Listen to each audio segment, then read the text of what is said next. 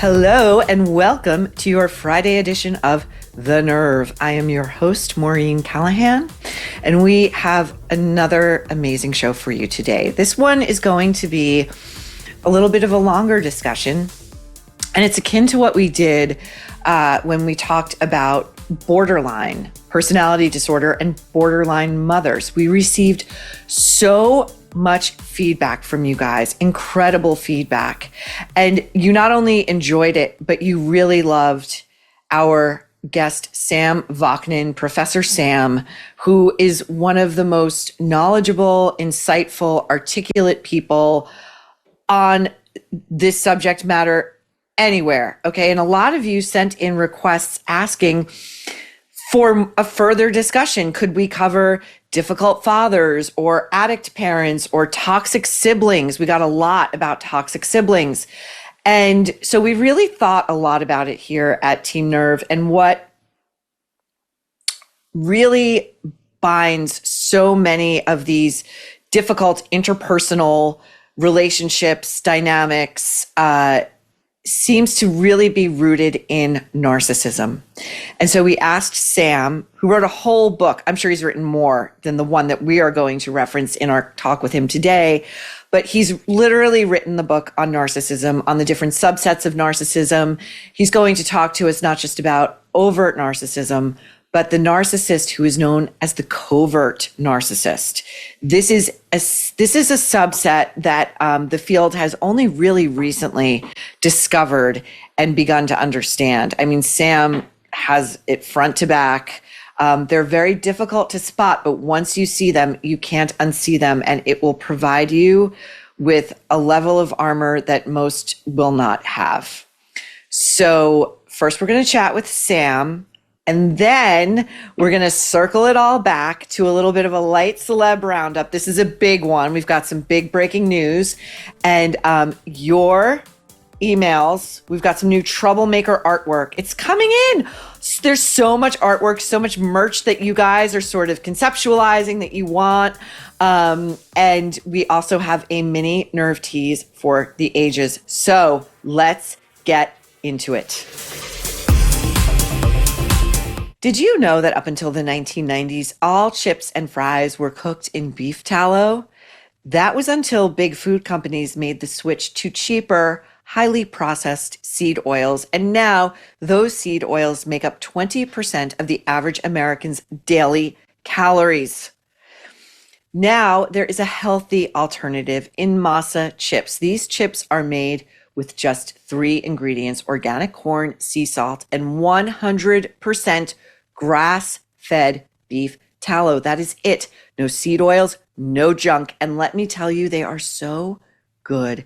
They are crunchier, they are tastier, and they don't fall apart in your guac or under your guac when you're holding it up. No table unforced errors here, okay? Plus, they leave you feeling light, satisfied, and energized. No crashing, no bloating. Masa is what chips should be. So go try them and you can taste the difference for yourself. Masa chips are beloved by tens of thousands of customers and have been endorsed by industry-leading health and nutrition experts. If you are ready to give Masa a try, go to masachips.com/Maureen and use code Maureen for 25% off your first order. That's masachips.com/Maureen and code Maureen for 25% off your first order. Welcome back, please, to Sam Vaknin, Professor of Psychology at CIAPS and the author of several books, including the book that is our reference point today, Malignant Self-Love, Narcissism Revisited. Welcome back, Sam. Thank you for having me, and thank you for the plug. Of course. You know, the book is eminently readable. You know, when I got it, I thought, oh, it's like a textbook. It feels almost academic. And then I started getting into it, and it's so conversational and so readable. And in it, you break down several subsets of narcissism. But in the main, I wanted to begin by asking, do we all possess a degree of narcissism? And is a certain degree of narcissism necessary to be a healthy, functioning human being? Yes, The answer is yes, and it is. Narcissism is a trait. And as a trait, it's probably hereditary. There's probably a genetic component that determines how much narcissism we're going to have. But everyone has a modicum of narcissism. Everyone has narcissism to some degree. Now, narcissism can be healthy. And when narcissism is healthy, it is at the foundation of the regulation of self-esteem and self-confidence and a sense of self-worth. Narcissism also allows us to redirect various energies.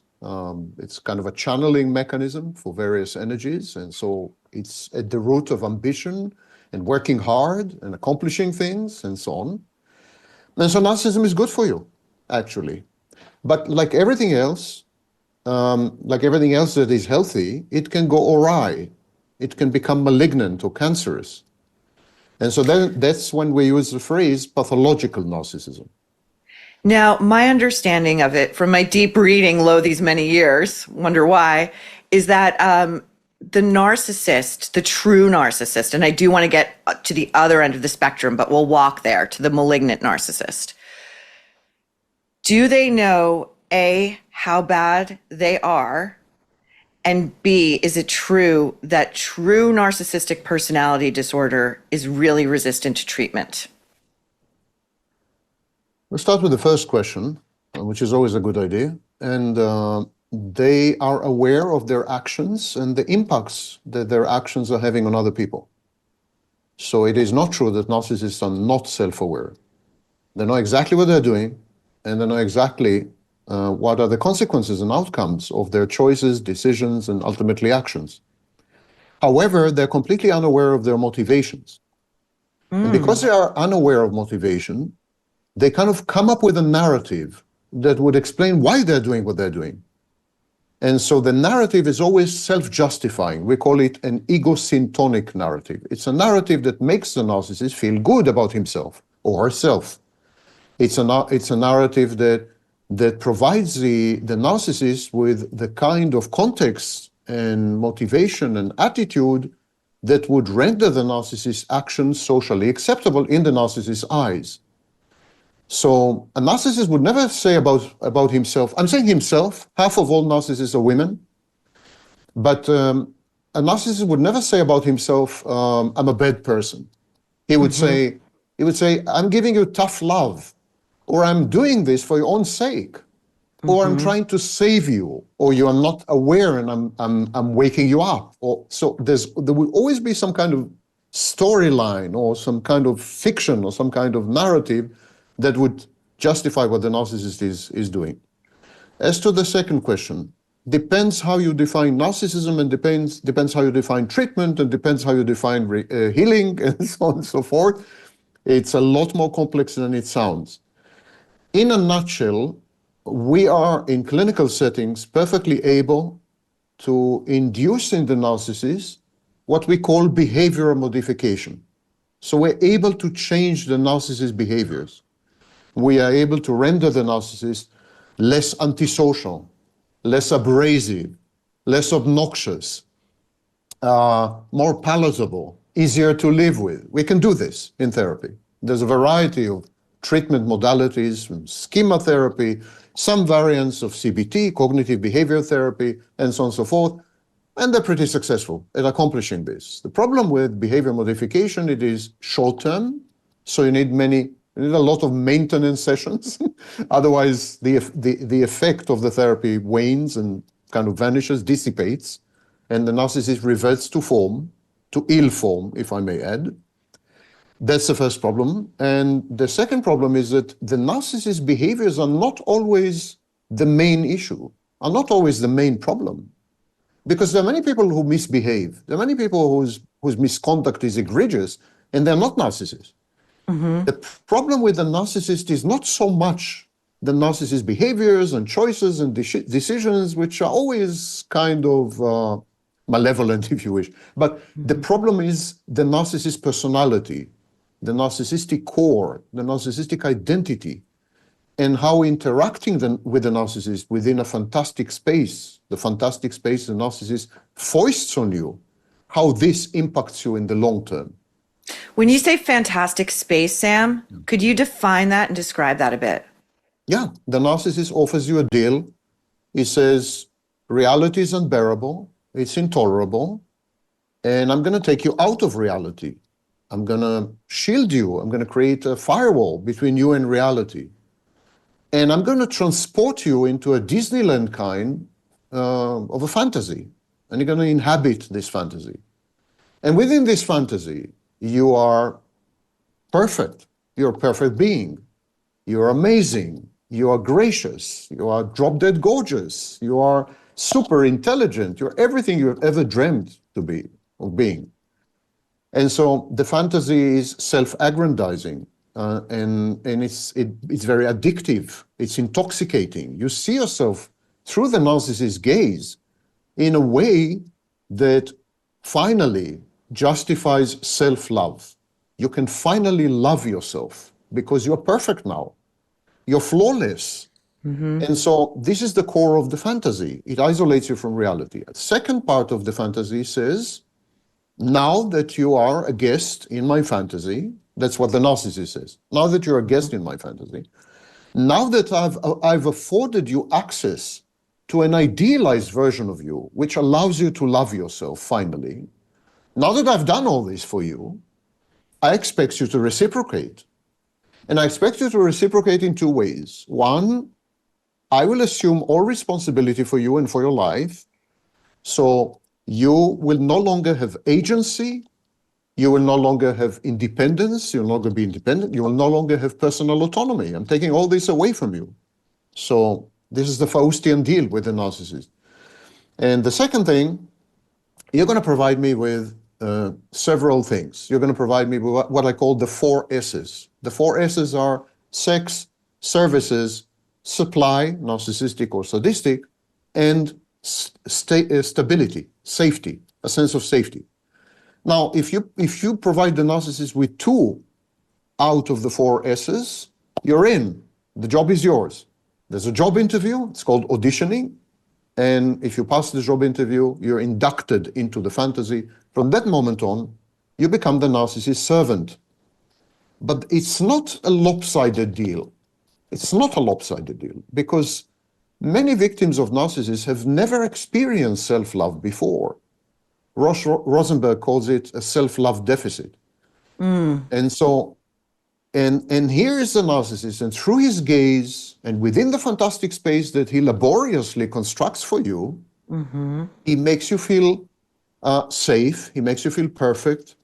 He takes away all the drudgery of life and all the responsibilities and all the need to make decisions and choices which might turn out to be the wrong ones. And he kind of regresses you, he infantilizes you. And now you're a baby.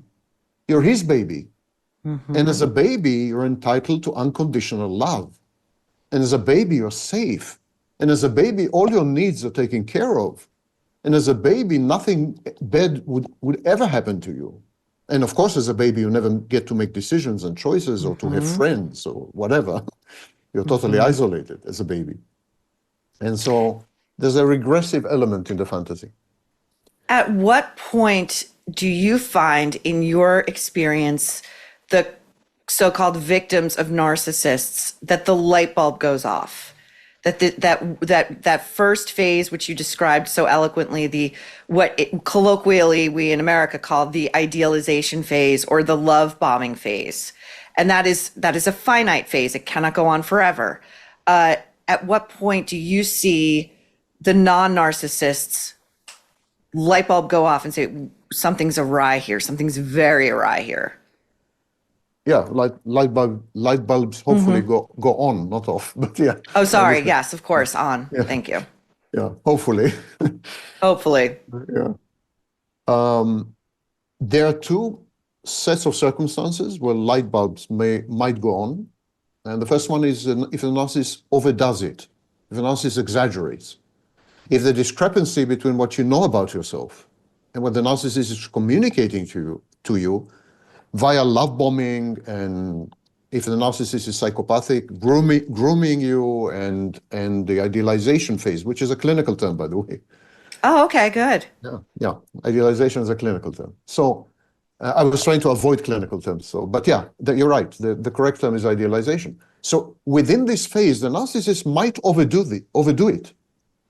And then you kind of feel, you feel the discrepancy. You say to yourself, this can't be true. Something's wrong here.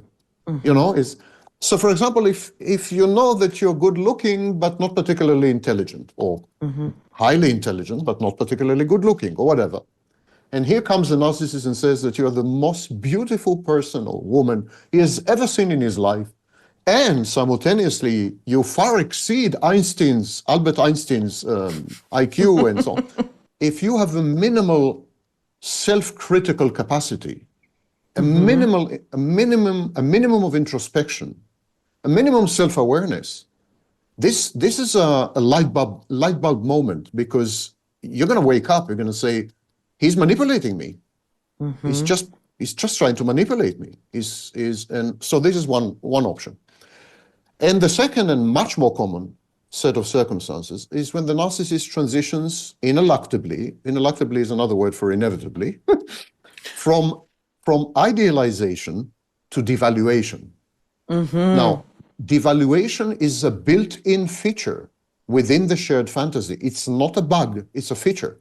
The narcissist must devalue you in order to discard you.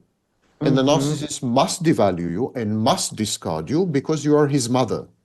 And he is reenacting early childhood conflicts with the maternal figure. We'll not go there. But at some point, the narcissist begins to reverse course. And instead of intelligent, you become stupid. And instead of drop dead gorgeous, you are merely drop dead, and so on and so forth. And this sudden shift, and it's very abrupt, and it has nothing to do with external circumstances. Unlike a lot of misinformation online, it's not that you have criticized the narcissist, or you did not adhere to the narcissist's demands, and then the narcissist devalues you. The narcissist would devalue you even if you are the most obsequious, submissive, catering to all his needs, and he would still devalue you. It's about him, not about you. And at that point, of course, you wake up. At that point, you wake up. Yes, there's no winning. There's no winning with a true narcissist. No.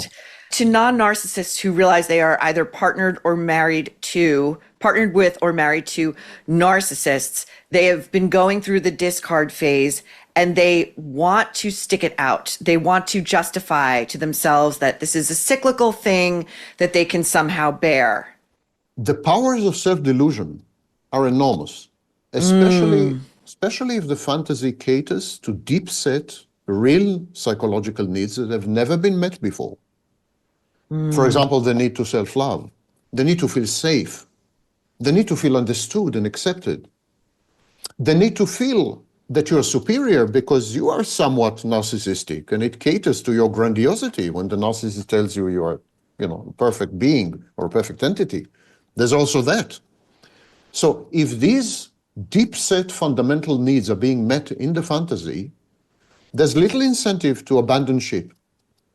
And so then the partner would create counterfactual narratives, would create justifications of the narcissist's behaviors. One possible such narrative is, it's all my fault. Had I only behaved differently, if I only done that or said that, or if I only refrained from saying this or doing this, I would have been treated well. So it's all my fault. That's one, we call it the autoplastic narrative.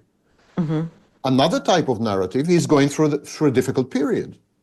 It's a passing phase. Another narrative is, well, that's the way he is, when he's loving, his love is like nothing else. And when he's abusive, it's worth the price. The price is worth the price. And so there are many such self-deceiving narratives. They're self-deceiving because none of them is true. None of them is real.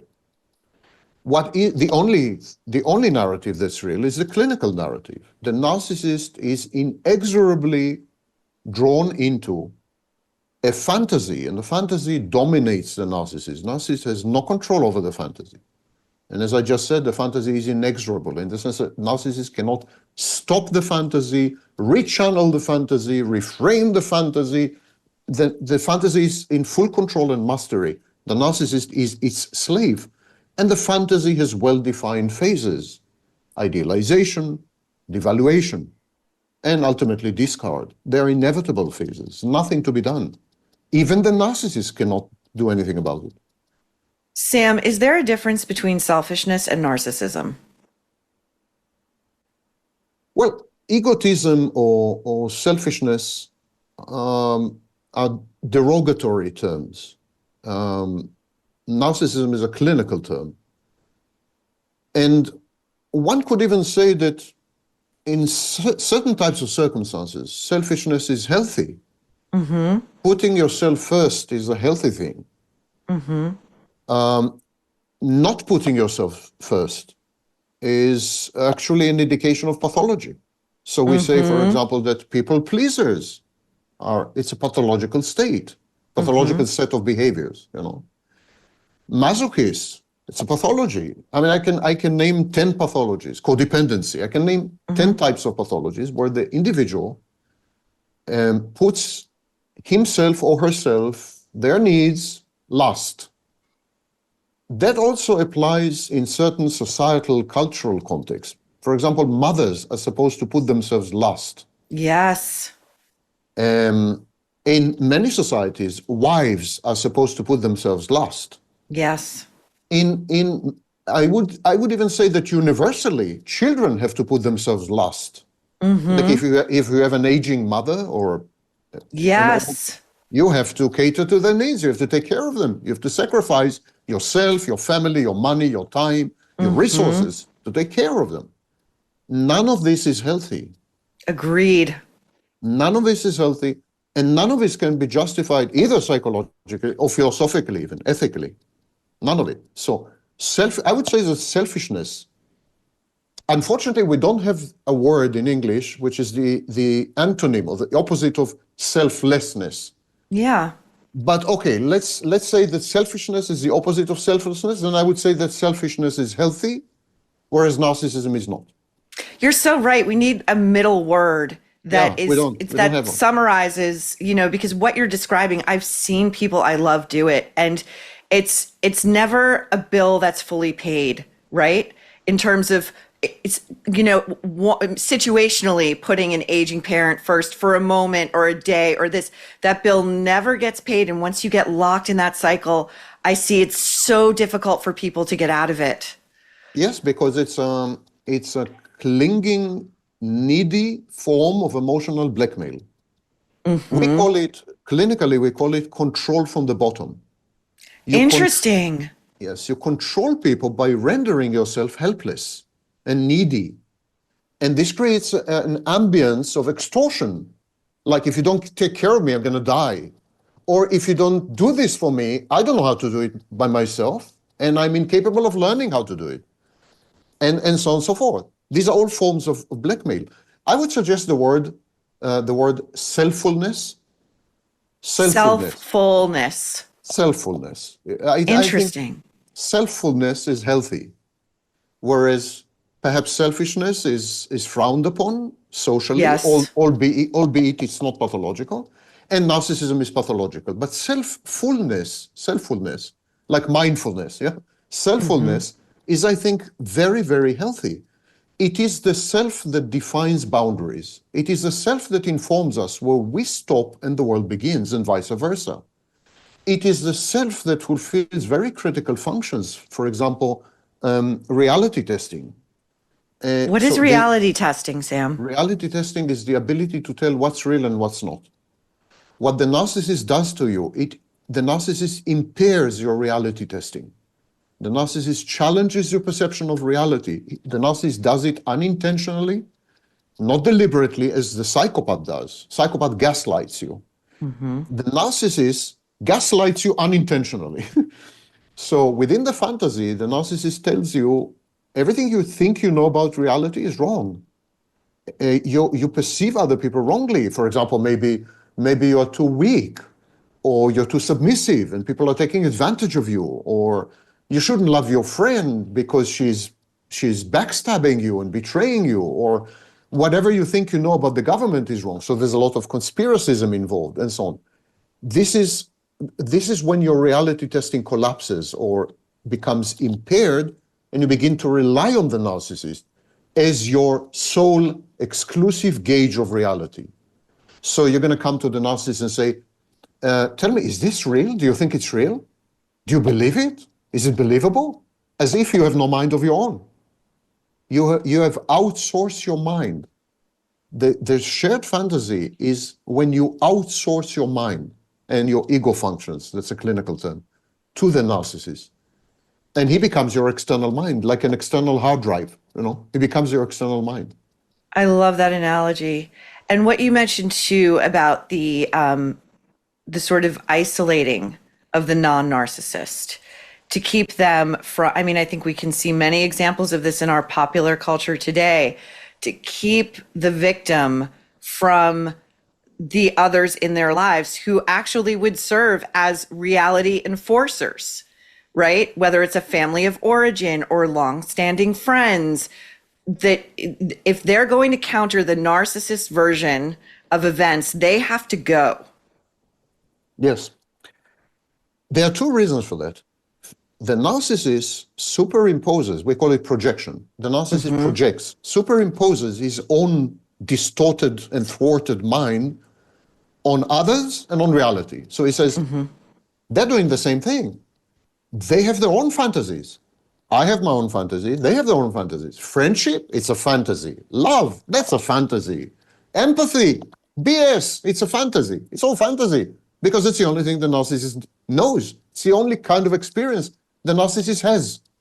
And so the narcissist superimposes this conceptual framework of fantasy on others. And then, if you have a friend, if you have the narcissist partner and you have a friend, so that these are two competing fantasies. Your friendship, which is a fantasy in the narcissist's mind, it's not real. Your friendship competes with his fantasy. So he needs to eliminate the competition. So that's one reason. Second reason, friends, family, co-workers, institutions such as the church or, I don't know, your therapist. A royal family, perhaps. A royal family, perhaps, on some occasions. They offer you sustenance, vigor, succor, strength, resilience. They render you immune to the narcissist fantasy. That is something the narcissist cannot countenance or accept. He needs to convert you into a susceptible entity. If we use immunology like COVID-19, he needs to take away your immune system. Because I love that. Because his fantasy is a mind virus.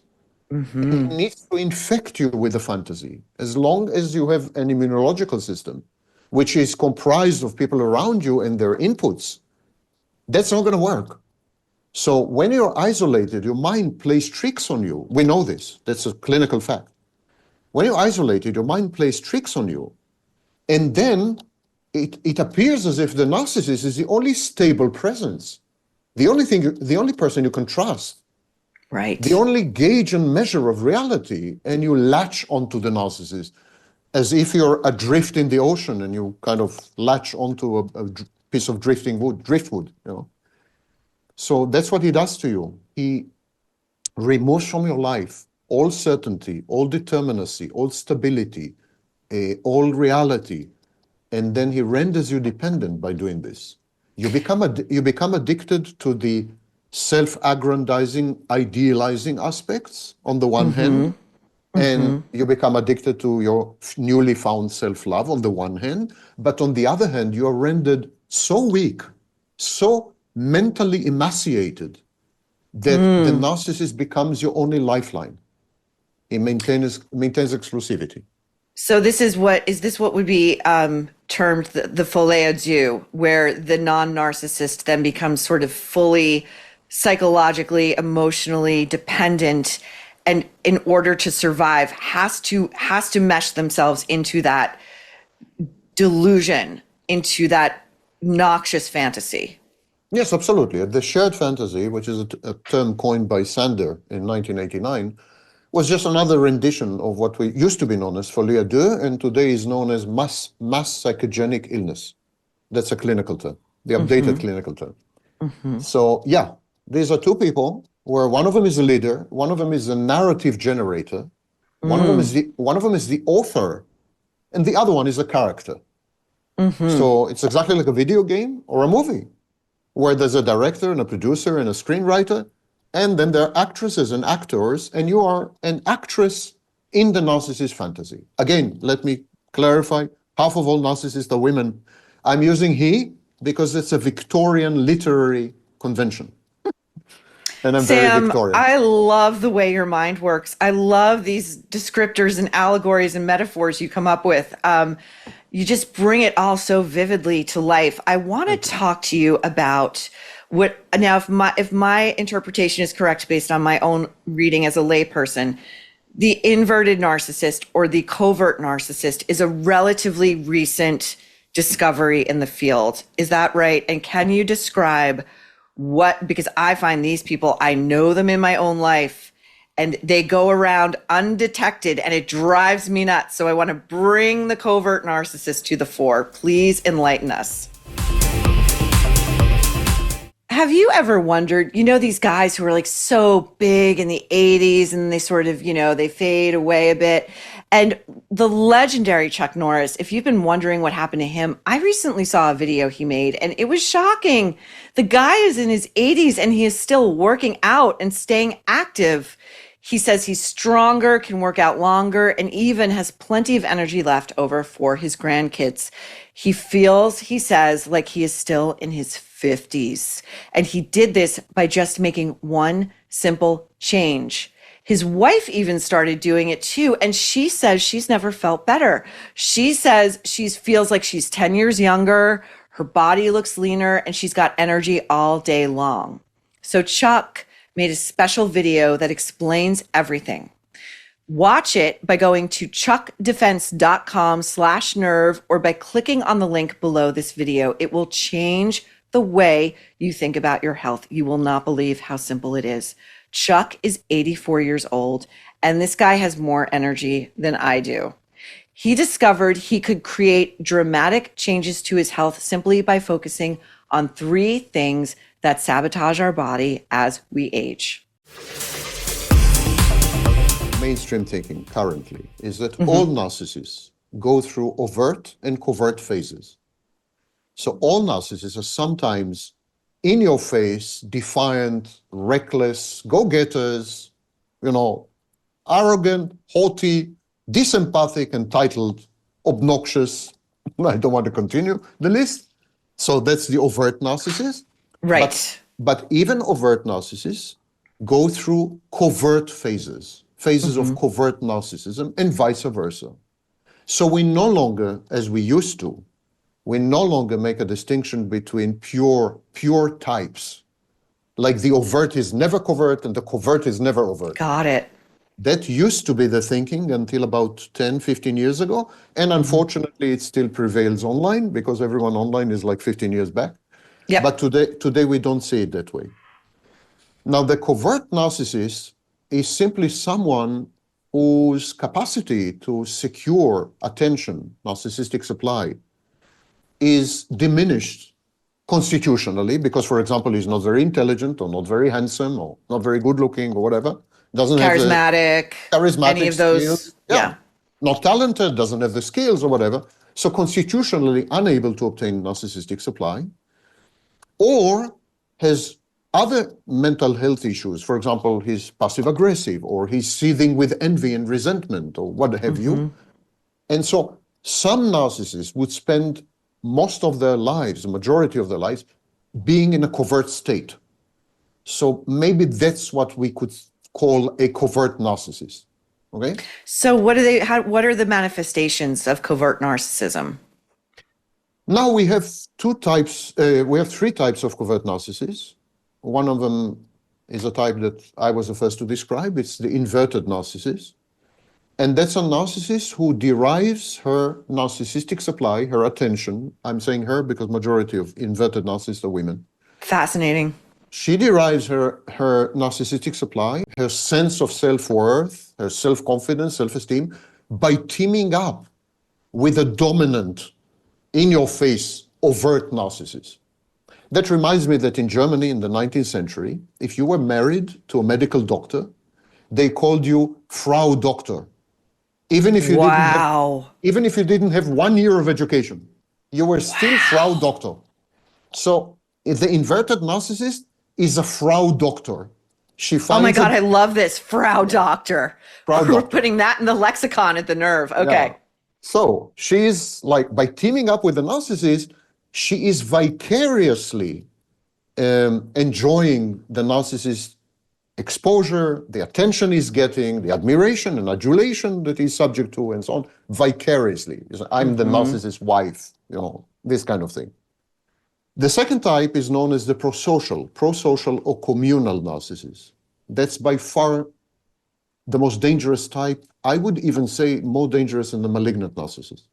Do tell. Because the prosocial narcissist is a communal narcissist, as the name implies, pretends to be empathic, loving, charitable, compassionate, pretends to be a do-gooder who is hell-bent on improving the lot of other people.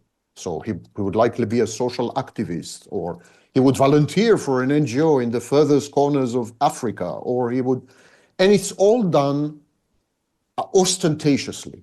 It's all for public consumption. It's all very visible on the surface. It's all conspicuous. And so it's all public facing and communicable. And this is the prosocial communal narcissist. The problem with these people is that they are believable. And we have something called the rate-based fallacy. Never mind that. It's the fact that people believe 90 to 95% of what they're told without fact-checking, verifying, or even exercising minimal critical thinking.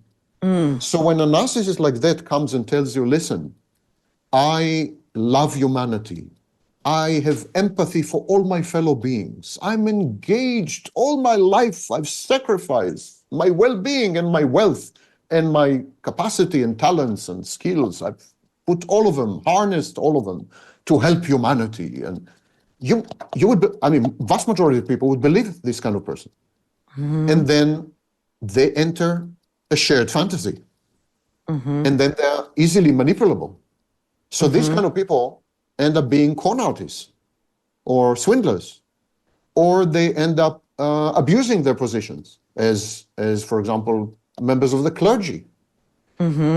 Or they end up raising humongous sums of money and then, taking off to Barbados or wherever these kind of people run away nowadays. And so on and so forth. It ends badly.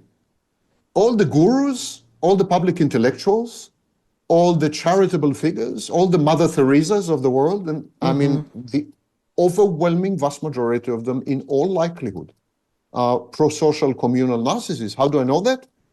Because they're famous. So fascinating, Sam, because this reminds me of Christopher Hitchens writing an expose of Mother Teresa for Vanity Fair. And God, did he catch a ton of crap for that. But he was right. He was right to be looking under that hood. And I want to ask you about, so we're talking about in the macro, the sort of most extreme examples who, propel themselves onto the global stage. But in the micro, in your own community or your own network of friends or family, I find these people manifest as the following. They're just so generous. They're just so giving. They advertise what is close to a kind of martyrdom. They'll put others before themselves any day of the week, but they want you to see it. You don't give a gift behind a closed door. You don't do something generous for someone without somehow blaring it out on social media, which, by the way, I think the combination of social media and reality television has embedded narcissism and this kind of narcissism in the culture to the point where it's becoming normalized so as to be undetectable. Yeah. The communal prosocial narcissist is a precursor, the father, if you wish, of influencers. It's a kind of influencer. But the influencers are not hiding their commercial affiliations and that they're benefiting from all this. And so in this sense, they're honest and take it or leave it situation. Right. The prosocial communal narcissist plays on victimhood. It's, as you mentioned, it's self-sacrificial. I'm the sacrificial lamb, and I'm doing this for you And I'm paying a horrendous personal price for doing this, but I'm still doing this. Why? Because I'm a good person. I'm essentially a good person. That's my quiddity, my goodness, you know. And so these are very dangerous people. And the third type of covert narcissist is someone who is, as I said, seething with envy and resentment, is highly grandiose, but believes himself to be discriminated against, overlooked, develops some kind of personal conspiracy theory where people are envious of him and they have a malign intent and they're holding him back or taking him down or conspiring against him or something. So it's someone who is immersed in a narrative, a seething narrative, a narrative, that festering narrative of, look at me, I'm being victimized by everyone, by the entire world, because of my superiority. I am supremely intelligent, and that's why my academic supervisors hate me, or my teachers hate me. I am amazingly skilled and talented, and that's why my boss never gives me a promotion. My colleagues envy me, and that's why they are undermining my work. And it's always not my fault. This is known as alloplastic defense. So this type of covert narcissist blames the world, institutions, colleagues, neighbors, family members, spouses, children, his dog, you name it, blames the world for any defeat, any mishap, any error, any mistake, any miscalculation, any wrong decision, any choice that have panned out badly, and so on. So this is the third type, the most common type, actually, of covert Really? narcissism. Yeah, that's the most common type. Why do you say, Sam, let's say even in a pro-social context that's in the micro, right? So just someone in your own community, in your field of vision, that those are the most dangerous kinds of narcissists? What is the worst outcome that could happen? You don't see them coming. You don't see them coming. The malignant narcissist is a caricature. The malignant narcissist is a narcissist. He's also a psychopath, and he's also a sadist. And you see him coming from miles away. And you can protect yourself, you can defend it, protect yourself. Interesting. If you are self-destructive, that's your ideal partner. And many self-destructive people team up with narcissists and psychopaths and malignant narcissists because this guarantees their own demise. It's a safe and certain way to end essentially your productive life, if not your physical life. So, but you see them coming. You can, you don't see the prosocial or communal narcissist coming. You don't see them coming. The covert narcissist is, by definition, covert. It's very difficult. Sorry, go on. We have studies where we have exposed people to photographs and email messages of narcissists. And people were able to spot overt narcissists. They had what we call the uncanny valley reaction. They became highly uncomfortable. Mm-hmm. They were able to spot overt narcissists within 3 to 30 seconds. They were exposed to a video or a photograph or an email, and within 3 to 30 seconds, they have the majority of people have correctly identified others who have been diagnosed with narcissistic personality disorder. Mm-hmm. Overt narcissism triggers something in you, makes you feel uncomfortable. Something is off-key, something is half-baked, something is wrongly put together. We call it the uncanny valley reaction. Covert narcissists don't trigger this in you.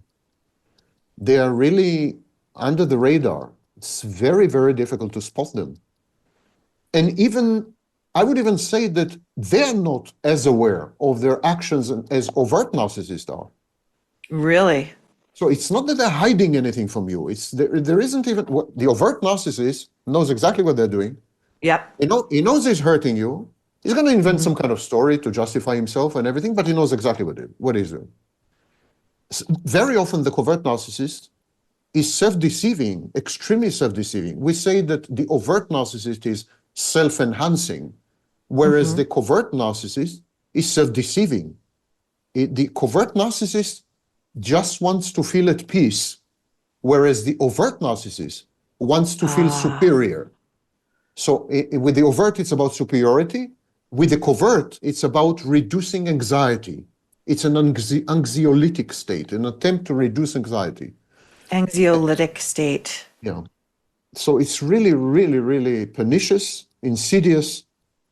And when the covert narcissist finds a way to obtain supply by pretending to be a good person and by deceiving not only himself, but millions of others, you can imagine the damage.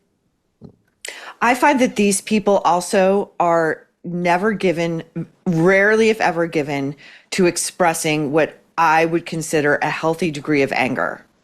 You know, they are there. It seems that their investiture is in their public facing role.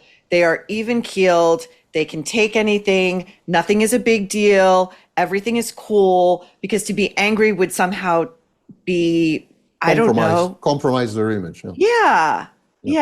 Well, you're talking about covert narcissists. Yeah, And exactly. That's very true, because as I mentioned earlier, they're passive aggressive. Mm-hmm. Passive aggression is when you do not express anger overtly, when you do not verbalize it, when you do not communicate it, when you are not trying, when you're not attempting to influence the behavior of other people by telling them, I'm angry at you. There's no honesty. Right. Covert narcissism is a dishonest condition. And what the covert narcissist does instead, he is being passive aggressive. He sabotages you. He undermines you. He poisons your mind with a trickle, incremental kind of. So while the overt narcissist is highly overt, so there's Right. narcissistic rage. When the overt Right. narcissist is angry at you, it becomes disproportional and crazy making. And it's a form of acting out. And we call it narcissistic rage. It's unique to narcissists. It's not exactly anger. It's not an attempt to modify your behavior. It's an attempt to annihilate you. Yes. Or at the very least, subjugate you. At the very least. Yes. Sam, what do you do? I guess we'll leave it with this. This is, I think, is the most common question we have gotten from our audience. As a non-narcissist, if you are forced to be in proximity with a narcissist, you either realize you are married to one, or they are in your family and there's no getting away from them. You realize that there's a covert among you, agreed, the most malevolent, destructive, difficult to spot. How do you defend yourself? Let's start with the fact that I've mentioned. You spot a narcissist within 3 to 30 seconds. 3 seconds, studies in Harvard, and so these are serious universities and serious studies. You spot them. Don't kid yourself. Don't deceive yourself. Don't say, I've been played. You know, the narcissist is such a great actor and I've been played. I discovered this months later. Not true. In all likelihood, you knew that something was wrong within seconds. And so this is the fact, the first fact. Second fact, the longer you're exposed to the narcissist, the more likely you are to develop narcissistic defenses and ultimately to resemble the narcissist. Very, very much. You're likely to become a narcissist. Narcissistic defenses involve, for example, a reduction in empathy, becoming much more aggressive or even violent, verbally abusive at least, and so on. So narcissism is contagious.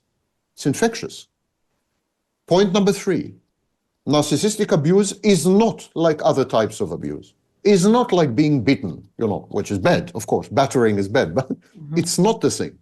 It's not like being subject to financial abuse or legal abuse or I don't know, verbal abuse. It's not the same.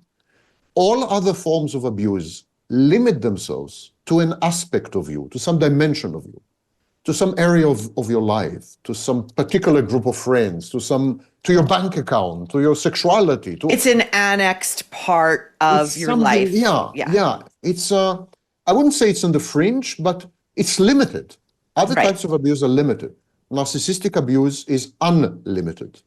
The main goal of narcissistic abuse is to eliminate you as an independent, agentic entity and to reproduce you as an internal artifact in the narcissist's mind. That is annihilation. That is eradication. That's not abuse. I think narcissistic abuse, the phrase that I coined, I'm beginning to regret it. I think I should have coined the phrase narcissistic eradication. Never too late, Sam. Yeah, never too late. Yeah, right. I'm young. So, you can tell the difference, because with classical types of abuse, it's a touch and go. The abuser is there, then the abuser is not there, then the abuser, it's intermittent, it comes and goes. With narcissistic abuse, it's all pervasive, it's all consuming. There's no respite, there's no rest, there's no break, there's no pause. This is it. This has become your life, you know? And well, so, as you said at the top of the show, it's a mind virus. Once it gets into your mind and that parasite takes hold of the host body, the narcissist could be away for a month. It doesn't matter. It's working on you. it's very true. The clinical term is introjection. The narcissist insinuated himself into your mind, never to leave unless you take care of it via therapy and so on. But so when you feel that the abuse is this kind of abuse that is taking over you, a hostile takeover, when you are losing your identity, we wake up in the morning and you say, that's not me. I don't feel the same. Right. I can't believe I've said that. I can't believe I've done that. I can't believe I've made this choice. If you can't believe, if you find yourself incredulous and incredible, and in the worst sense of the meaning of the word, then it's time to go, because you are becoming him. You're becoming your narcissist. And that's a very dangerous process, because it triggers in you very infantile, primordial, primitive defenses, like splitting. It reduces your capacity to empathize. It takes away your sense of identity and core self. It renders you more automatic, more robotic. It makes you a schizoid. In other words, you begin to isolate yourself, self-isolation, forget the narcissist, and so on and so forth. These are detrimental and deleterious impacts that would take years to unravel in therapy and so on. The sooner you abdicate, the sooner you abandon ship, the better your prognosis later on. Now people say, but I can't abandon ship. I can't leave the narcissist, it's my mother. Or I can't leave the narcissist, it's my son. I don't buy that. I don't buy that. A narcissist is a clear and present danger, and a mortal one. It's a mortal danger.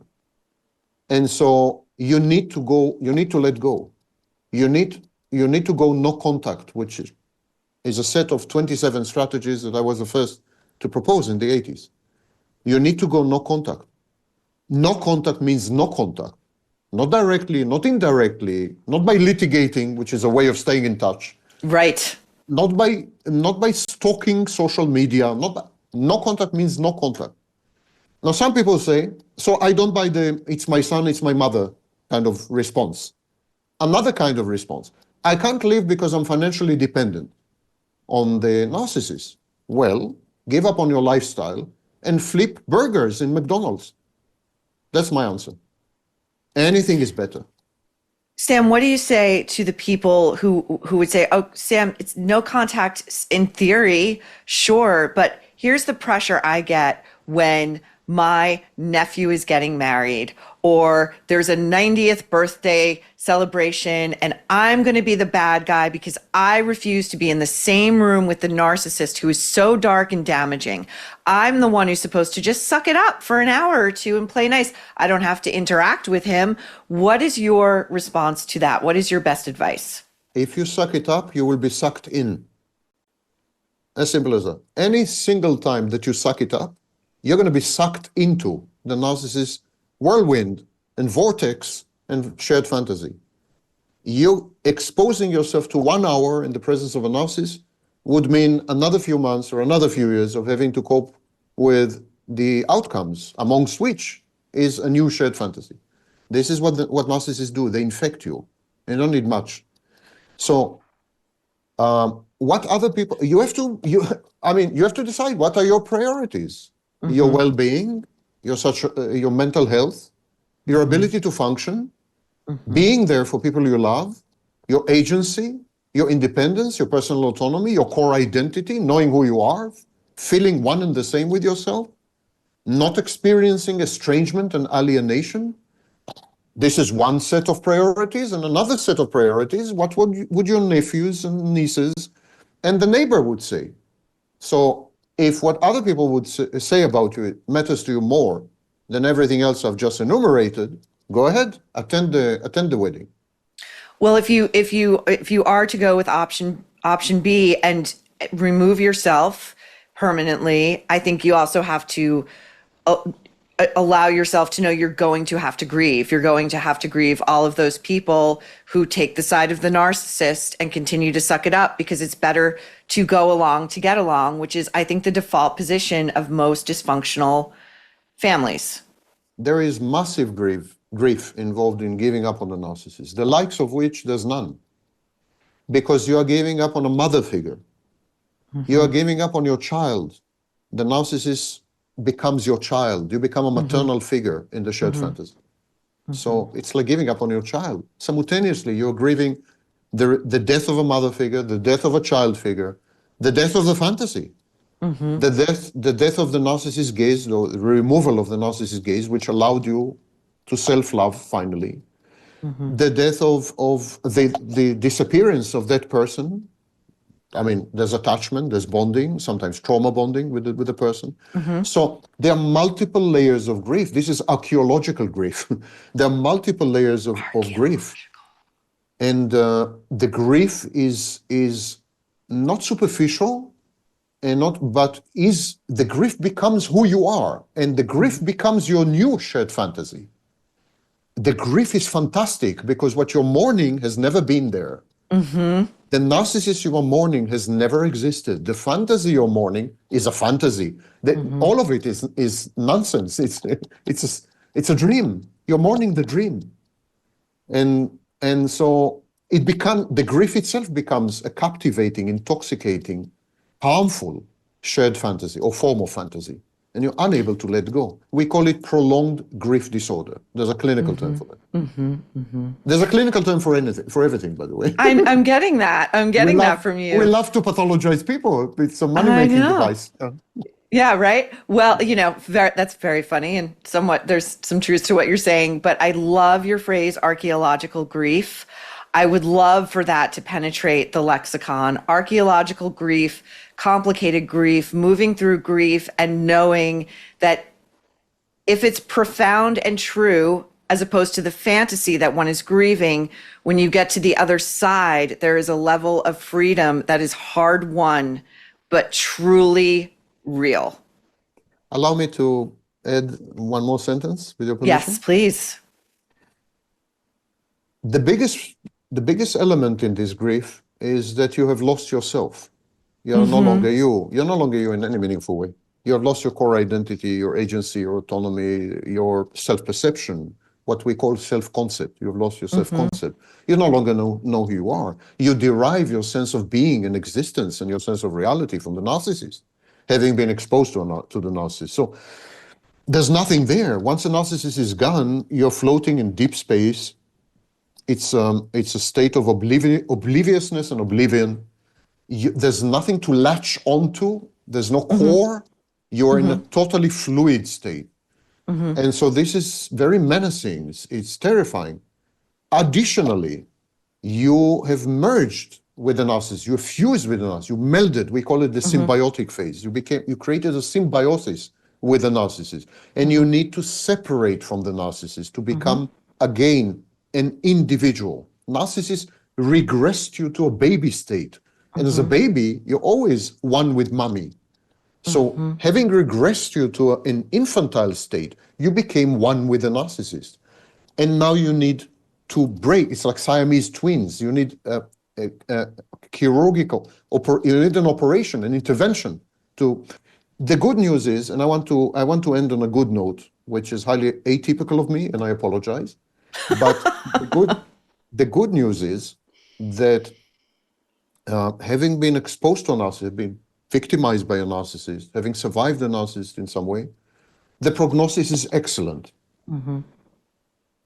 If you subject yourself to soul searching and self-exploration and at the same time to therapy, and the various modalities of therapy. Again, I refer people to a playlist on my YouTube channel. It's titled Narcissistic Abuse, Healing and Recovery. There's, I think, 200 videos by now. Okay. And it's totally free and so on.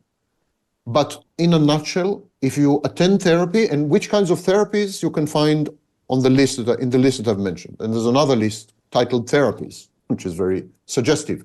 And so if you visit these two playlists, and you attend therapy, and you do a lot of studying and learning and soul searching and talking to yourself and becoming your best friend again, reacquiring your best friendship with yourself, and exploring your core and who you truly are, and so on and so forth, the prognosis is excellent.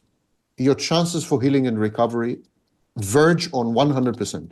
This is not narcissism, where healing is absolutely impossible. Mm-hmm. This is not psychopathy, where we don't even attempt therapy. It's like a lost case completely. Mm-hmm. This is not this. This is not it. This is however long the shared therapy has been with the narcissist, it is a temporary phase. It's a transient phase. And you can reemerge from this. Don't give up on yourself and don't despair. As I repeat, the outcome of therapy and self-exploration is very close to 100% recovery and healing. So go for it.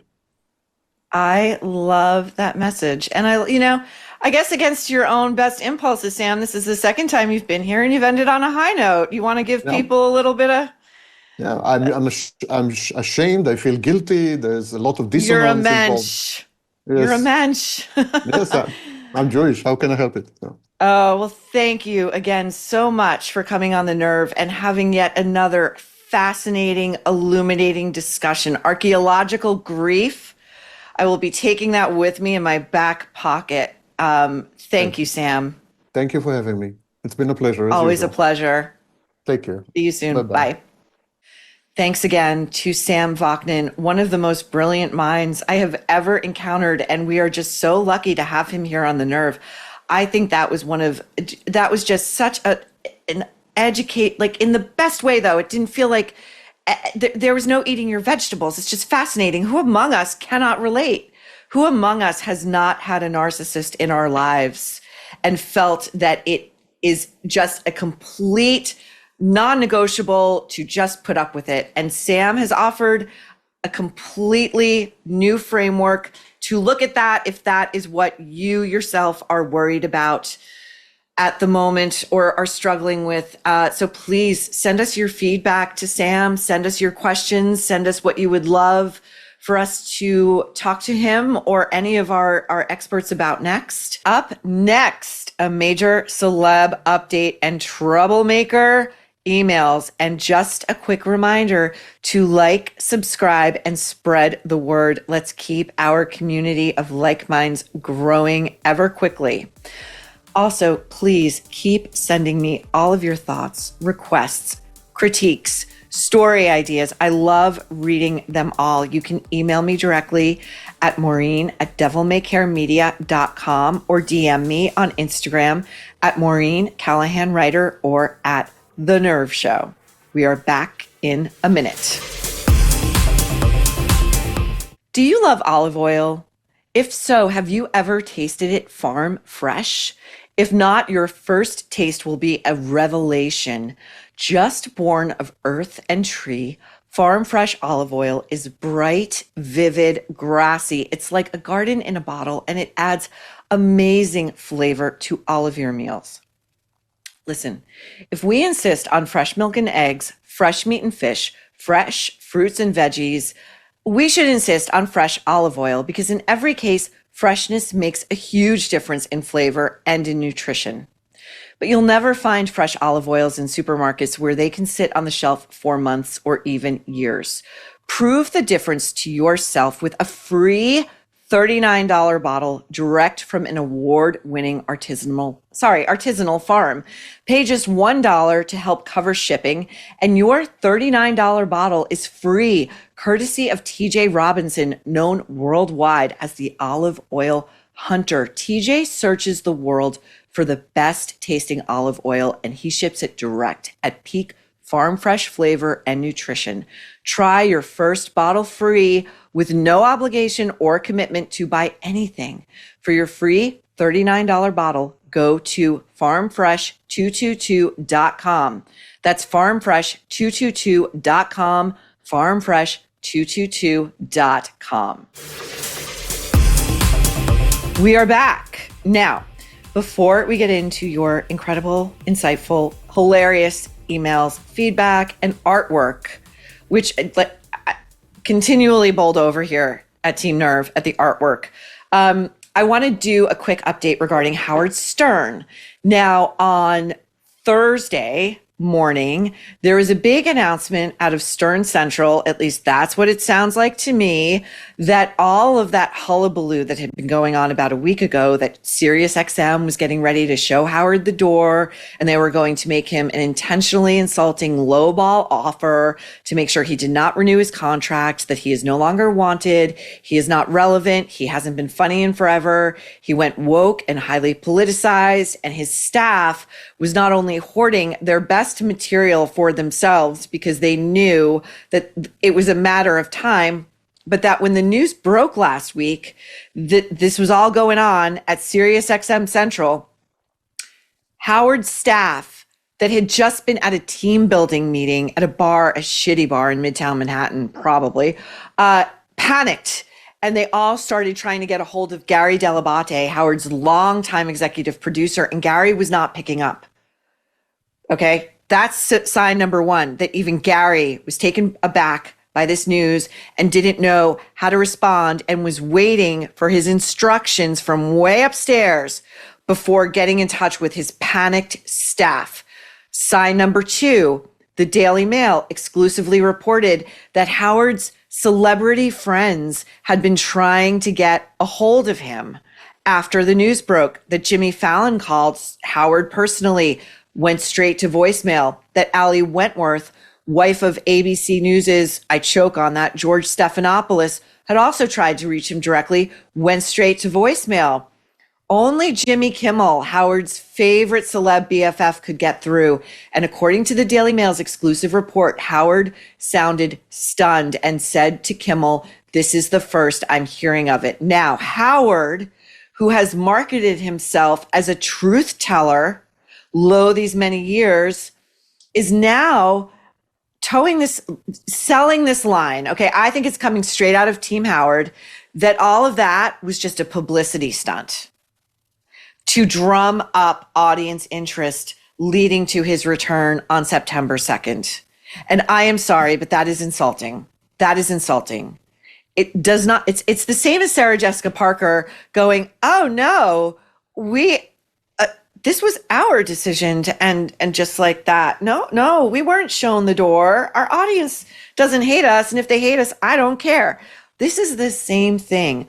Howard Stern's ego is so fragile that there is no way in hell, mark my words, that he would condone or consent to a publicity stunt that painted him as a loser. Okay. And not for nothing, his much younger wife, Beth, when that news broke that following weekend, like within a day or two, posted a very thoughtful, meditative photo of herself with her back to the camera on the beach, staring out at the ocean with the words like something like, it's a long weekend with many decisions to make. Okay. So don't try to bullshitters, Howard.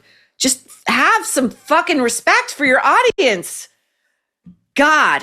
He really can't go soon enough. It is long past time. Okay, now on to our Troublemaker emails and artwork.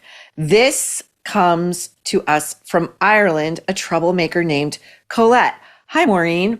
Just wanted to say a quick hello. It was your surname that caught my eye at first regarding the nerve, as I'm Irish, so I thought I'd take a look. I love it. We love that you love it. See, we're unlike Sarah Jessica Parker. We're in the business of making you guys happy, okay? Now, she says, "Oh, I love this. You might have been raised in the US, but you have that Irish streak running through you, especially when something is pissing you off." Yeah. Also, I wanted to add that I'm sad that And Just Like That is over, as I look forward to you picking it apart on Tuesdays. All good things must come to an end, but we've got hate watches for days, Colette, so don't despair. She signs off, "Keep up the great work. All the best, Sláinte." I hope I'm saying that right. I'm sure you'll correct me, Colette, if I haven't. I tried my best. Okay, following that lovely, lovely email, I need to share with you Colette's incredible artwork. She sent two pieces. The first is the Nerve Daily which I love. It's like a print edition. Oh my God, how I love print media.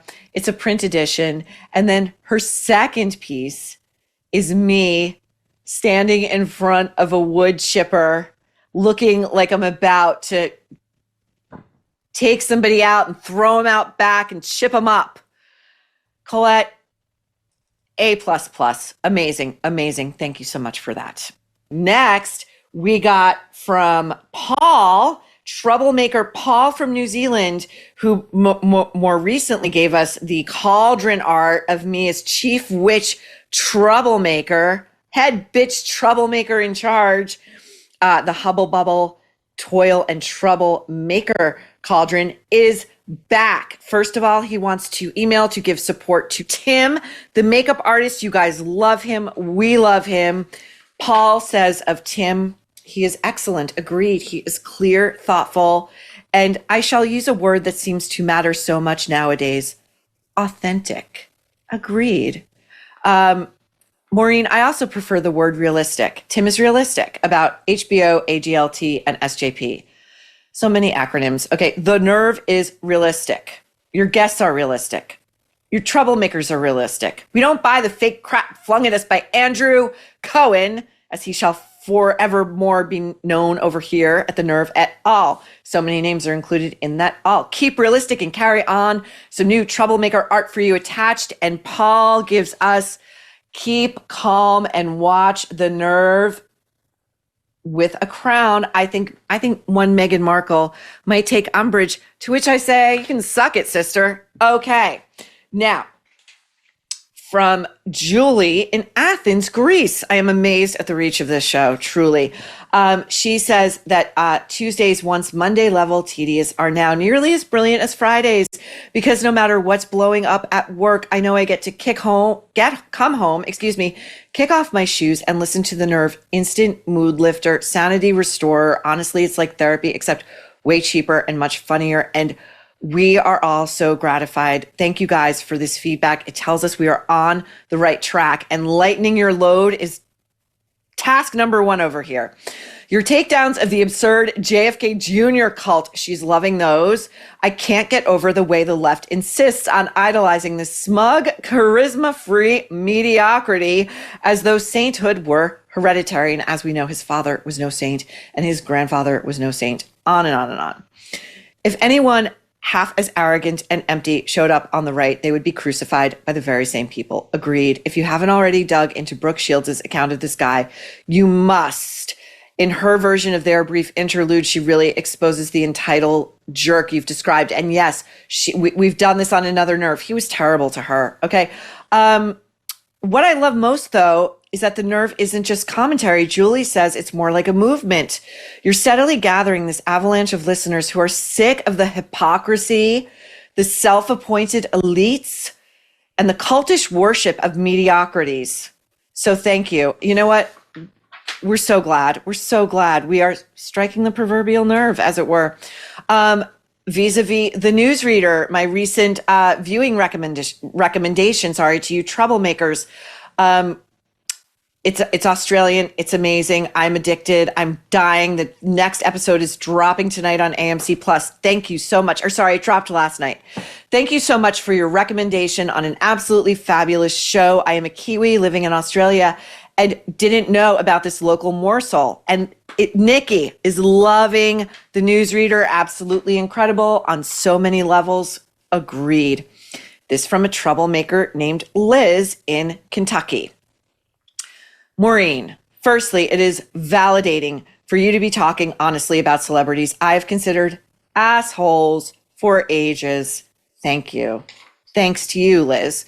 Whether it be Andrew Cohen, who I believe hates women and exploits them as a modern-day Truman Capote, or even a Truman Show, or the narcissistic, talentless, and fragile Meghan Markle, you are spot on.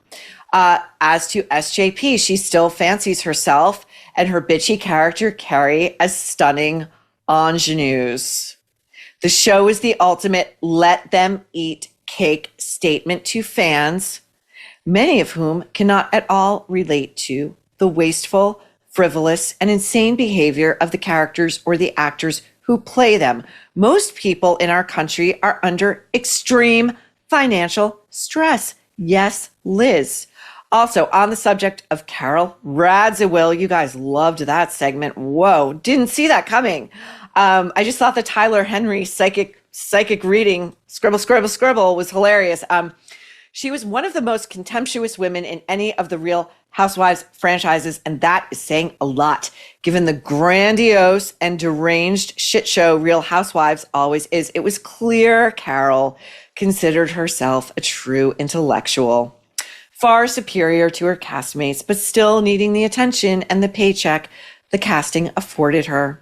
Unfortunately, her brains failed her when it came to the work she had done. Carol definitely wanted to draw parallels to herself and Carrie Bradshaw. Agreed, both single, both quote unquote writers, both with ovens full of storage and shoes, and both known to end up in wildly inappropriate relationships. Never forget Caroline's borderline, in this Troublemakers estimation, predatory relationship to the chef Adam Kenworthy, who was 21 years her junior and who also had previously dated Luann's niece, who was his age, his peer. Now, here's a working theory of the case, just a working theory. And I love the Countess, Luann. She gave us so much. I believe that Luann was so worked up over Carol sleeping with the chef who was so much younger because Luann had also slept with said chef. There is no other explanation for that outsized reaction. I don't care how much you love your niece. It's just, it never made sense. The only working theory that makes sense to me. Okay. Hey, Maureen, it is Cody from Oklahoma. You can use my name and state anytime. Okay, Cody Tyner. He had sent the email about Matthew Broderick in an earlier Nerve. Remember, this is so good. Cody, you really, someday we'll talk. Remember when Kathy Griffin had a reality show called Kathy Griffin, My Life on the D List that aired on Bravo? Yes, I do. Andrew Cohen was basically her boss and definitely knew who she was, especially since his best friend, Anderson Cooper, was very close with Kathy Griffin, and they used to host a New Year's Eve special together every year, which was actually funny because Kathy Griffin was on it and could keep talking for hours on end instead of getting shit-faced like Andy Cohen does and calls that broadcasting. Okay. When she got canceled for the headless Trump photo, Anderson cut ties with her and she was fired from the hosting gig. Andrew Cohen was going to be her replacement, and when TMZ asked him about it, he acted like he didn't know who she was, but it was obvious he was just being catty. He was awful about that. He was just waiting for that opening because, Andrew Cohen has been gagging to get, when they were auditioning for Kelly Ripa's next co-host after Ryan left, he was gagging for it. He's been trying to get a real gig that's not on Bravo, and he can't do it. He has what I call site-specific fame. It is specific to Bravo and the Bravo universe, and we'll see how long that lasts for because, as discussed, we at The Nerve, we've got skin in this game. Okay. Kathy Griffin responded to Andrew Cohen's slight by posting a video where she spilled all the tea she had on him and Harvey Levin. She called Andy misogynistic, said he was a miserable boss, gave reasons why, even called out specific producers and executives for enabling his behavior. Sound familiar? The most interesting part to me, though, was when she talked about what happened before she would appear on Watch What Happens Live. She said that the first time she was alone with Andrew in his office on Embassy Row, he asked if she wanted to do blow. She thought he was joking, but the next time she appeared on his show, again, this is Cody's recollection. The next time she appeared on his show, again, alone with him in his office, Kathy says that Andrew said to her, "Hey, want to do some coke?" That's when she realized he was serious and turned him down. People dismissed the video, saying she was crazy and having a breakdown, as people often do with inconvenient women. But I believe her for a couple of reasons. First, after she told the story, she said, "Trust me, he's going to say he was kidding, but no, he was serious," as with the Brandy video. Remember, he said he was kidding, and I said, you guys go look at that U.S. Sun report, and I gave you the date of the story in the most recent Full Nerve. You look at that, and he's not kidding. My opinion, there's no way you could read that as joking around. Okay. I feel, Cody continues, like if she were making it up, she would have said he'll claim it never happened. Instead, she predicted he'd say he was joking, which feels more believable. Second, this was back in 2017. And now, after hearing all of the housewives who have come forward accusing him of drug use and or abuse, I think she was telling the truth. Hey, Maureen, this is from a troublemaker named Margaret. Not only did Matthew Broderick kill 2 innocent women, again, skating at the low, low price of a $175 fine, making the lives of those women worth $87.50 each. He gravely injured his girlfriend at the time, the actress Jennifer Grey. Apparently, she writes about it in her memoir, which I have not read, but I really need to. It was just tragic, and Jennifer states that it was the most traumatic event of her life. Matthew Broderick is disgusting and so typical of Hollywood reckless behavior that goes unchecked. From Lauren, troublemaker Lauren. Hey, Maureen. Okay. Holy shit. That Tracy Ellis Ross dry skin brushing reaction to your takedown of her. Thank you, by the way. You're welcome. It's a total public service. Do not dry brush in public, you heathen.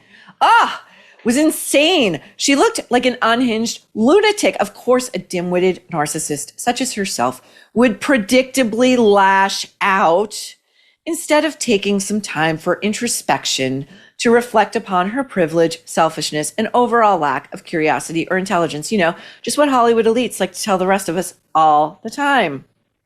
Keep going after her. She deserves it for all her entitled and nasty behavior. The email from the lady whose hardworking Haitian mother was berated by Tracy is probably one of hundreds out there. Agreed. Finally, we come to our end today, but it's not for long because we will see you tomorrow on the mini. But for today's end, our final piece of artwork from Troublemaker Heather, who, like so many of you, the last recap we did of And Just Like That with Tim the makeup artist, I donned my version of Carrie's Holly Hobby on acid mega hat.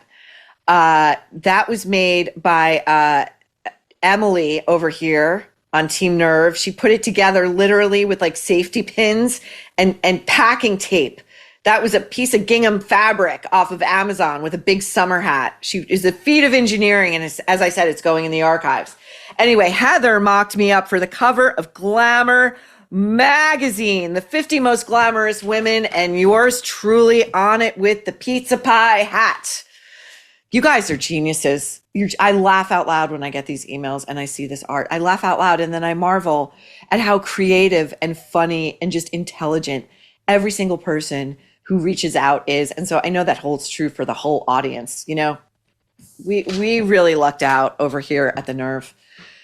And that does it, sadly. That does it for our time together. But as always, we have a new mini Nerve dropping on Saturday. This one is very personal to me. And you may have heard me talk about it a little bit with Megyn Kelly on her show Thursday. And by the way, we covered a lot on Megyn's show on Thursday. So if you missed that conversation, definitely head over there. You'll love it. But on Saturday, on the mini, we are going to tell you the real story. And I know this is the real story because I worked this story years and years ago. Behind yet another reality TV franchise. This one is currently getting the glossy treatment over on Netflix right now. And I think it dropped just earlier this week or maybe 1 week ago today. When it dropped, it went straight to number 1. It is one of Netflix's top rated shows at the moment. It's a 3-part docuseries. They're bite-sized. Each one is less than an hour long. It's called Fit for TV. So my suggestion is head over to Netflix, watch some of it. You don't have to watch all of it, but watch at least some of it, and then come back to the mini Nerve on Saturday for some real talk about fake people and institutions, okay? And in a mini first, we have a very special guest joining us. You guys are going to love her, okay? So we will see you Saturday morning on YouTube. Remember, that's where the minis live for now. You can only get them on YouTube. Head over there. It's perfect for YouTube anyway, because there's so much that's visual that you really have to see to really get the most out of the story. So that will be Saturday morning, 10 a.m. Eastern.